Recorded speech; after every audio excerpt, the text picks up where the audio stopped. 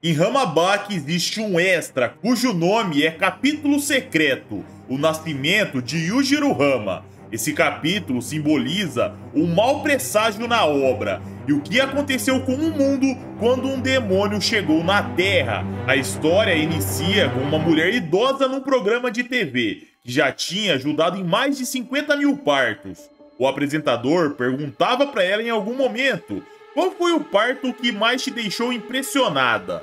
A senhora ficava em silêncio por algum tempo até que ela falava: todos foram impressionantes para mim. Porém, galera, por dentro ela pensava: afinal, se eu dissesse, quem iria acreditar em mim? A cena nos leva para algum ano de 1950.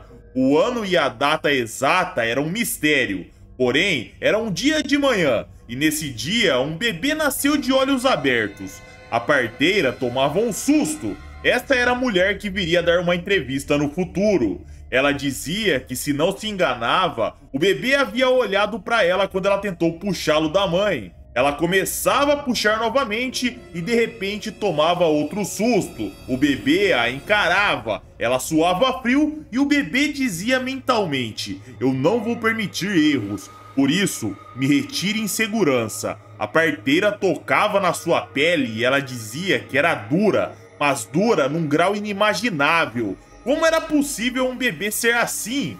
E no futuro, já mais velha, ela falou sobre o ocorrido. Quando um bebê nasce, ele não consegue enxergar, é de conhecimento comum.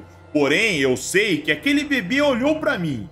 Claro que ele não falou. Talvez o que eu ouvi seja coisa da minha memória ou algo do tipo, né? Porém, eu sei que eu pude ouvi-lo. Na época, eu fiquei surpresa como uma parteira estava sendo ordenada por um bebê.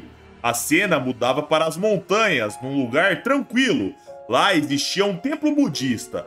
E dentro dele, uma mulher dizia: ele foi meu primeiro e último filho. Me lembro muito bem do dia em que ele nasceu. E foi por causa dele que eu escolhi viver como eu vivo hoje. Quando eu tentei amamentá-lo pela primeira vez numa manhã, eu senti uma mordida no meu seio. Com medo daqueles lábios que haviam me machucado, eu decidi olhar, e no dia do seu nascimento, seus dentes já estavam crescendo. E mentalmente, galera, o bebê dizia pra mãe: me deixe beber o leite de uma vez. O que ela pensava que estava fazendo? A mãe se chocava ao ouvir aquilo e dizia, porém não eram palavras, e sim algo vindo do cérebro e de sua vontade. Dar o leite para aquele bebê foi uma tortura. Como uma mãe que está na posição de educar passa por tal situação? Existia algo pior que isso? E chorando em cima do bebê, a mãe era extorquida para amamentá-lo. E naquele mesmo dia, poucas horas depois, ao meio-dia, essa criança começou a chorar muito. Um problema de temperamento, algo que não podia ser resolvido. Supostamente não existia motivo para o choro, porém era diferente. Seu choro dava a sensação que a mansão tremia. Brinquedos, leite, nada fazia ele parar de chorar. A mãe tentava chamar o médico da família para ajudar de alguma forma. Porém, de repente, o choro cessou. Ela contava que foi algo tão repentino que ela teve a sensação de estar sendo submergida na água. Aquela sensação de inquietude. Obviamente, ela decidiu ir para o quarto o mais rápido que podia. E ao abrir a porta, o bebê estava tranquilo. Era como se ele sorrisse. E na sua mão tinha alguma coisa. Ela percebeu na hora que com ele tinha algo que ela nunca viu antes. Um animal que já estava morto. Um pequeno sapo. Aquela foi sua primeira vítima. O doutor investigou o ocorrido. O nome do animal era Hankokoi dardo envenenado. Um sapo que não existia no Japão. Uma criatura que habitava nas regiões da América do Sul. Como ela foi parar lá? Era um mistério. Era como se a Terra tentasse mandar seu animal mais perigoso do mundo para tentar matá-lo. Com 1 ml de seu veneno ou algumas gotas, 100 mil adultos que pesavam 60 quilos poderiam morrer se interagissem com o veneno. Galera, eu dei uma rápida pesquisada pela internet e eu li que a rã dardo é capaz de matar um humano apenas ao tocá-la. Tal animal é dono do veneno mais mortal entre todas as criaturas, mas isso não era capaz de afetar o bebê Yujiro Hama. A cena cortava para algum país, nos arredores de alguma região, um lugar que o narrador fazia questão de manter em segredo. Lá, um ex-líder de um certo país, aos seus 98 anos de idade, conversava com alguém.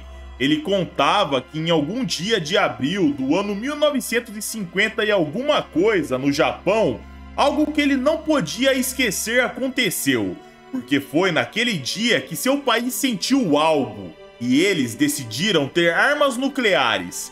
Ele teve uma inquietação de repente, sentiu uma forte ansiedade. Da onde aquilo vinha? Era de algum lugar do Oriente com toda certeza. Ele pôde sentir. Em um pequeno país, uma arma assustadora tinha nascido. Ele parava de contar e perguntava para o homem à sua frente: "Me diga, bravo guerreiro do Japão, por que você acha que eu, um homem que não é um soldado, ganhei a liderança do meu país?" Foi por causa da minha intuição. Uma inquietação surgiu na minha pele e ela previu as crises de acontecer. Porém, naquele dia, digamos que uma coincidência inesperada aconteceu. Inúmeros países sentiram a mesma coisa. Naquele mesmo dia de abril, em 1950 e alguma coisa, foi no momento em que todos os ex-governantes decidiram sozinhos e em segredo que eles iriam possuir armas nucleares para tentar lidar com aquela calamidade, porque um demônio havia nascido. Assim, esse ex-líder passou seus dias investigando Yujiro Hama, a criatura mais forte da Terra. Por isso, ele dizia com propriedade, com segurança: se incluirmos todos os humanos da Terra, todas as criaturas que ficam no topo da pirâmide de força, nada disso vai importar, porque foi no ano 1950 e alguma coisa, em algum dia de abril, que elas automaticamente desceram uma posição no ranking da hierarquia de poder. Um bebê havia matado uma rã com seu aperto, rã essa que sequer poderia ser tocada. Ele chegou para caminhar até o topo da hierarquia do mundo. Esse foi o nascimento de Yujiro Hama, um sinal de poder na Terra, trazendo consigo a sensação de maus presságios. O dia em que armas nucleares foram criadas, o momento em que elas serão usadas, pode vir a acontecer a qualquer momento. E aí, galera, vocês sabiam dessa pequena história sobre o ogro? Eu já tinha comentado aqui no canal sobre ele ter nascido com os olhos abertos, ter dado ordens para a parteira e sua mãe, porém trazer o capítulo inteiro e com detalhes com toda certeza é muito melhor. Eu quero deixar um pequeno adendo aqui. Como vocês viram aqui nesse capítulo, o nascimento de Yujiro causou uma comoção em diversos lugares do mundo. Armas nucleares foram criadas, tudo para lidar com ele. Será que vai chegar o momento em que elas serão usadas para tentar brecá-lo de alguma forma? Eu particularmente adoraria ver isso acontecendo, porém, galera, eu acho bem difícil disso acontecer atualmente. Mesmo na guerra do Vietnã, quando o Yujiro expulsou os Estados Unidos, os países não decidiram atacar ele com tais armamentos. É algo que ainda está guardado. Porém, hoje em dia, o Yujiro está civilizado de certa forma. Ele não está ameaçando nações, está ameaçando apenas as pessoas no geral. Pelo menos isso tem acontecido por enquanto. Estamos na saga do Sumo, onde é tudo mais comedido.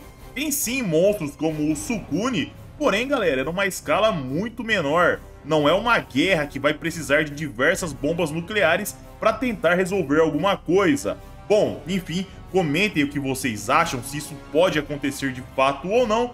E é isso aí, eu conto com o seu like, com a sua inscrição, segue a gente lá no Instagram, no meu Twitter pessoal. E é isso aí, galera, eu já vou indo nessa, um abraço, fiquem com Deus e tamo junto.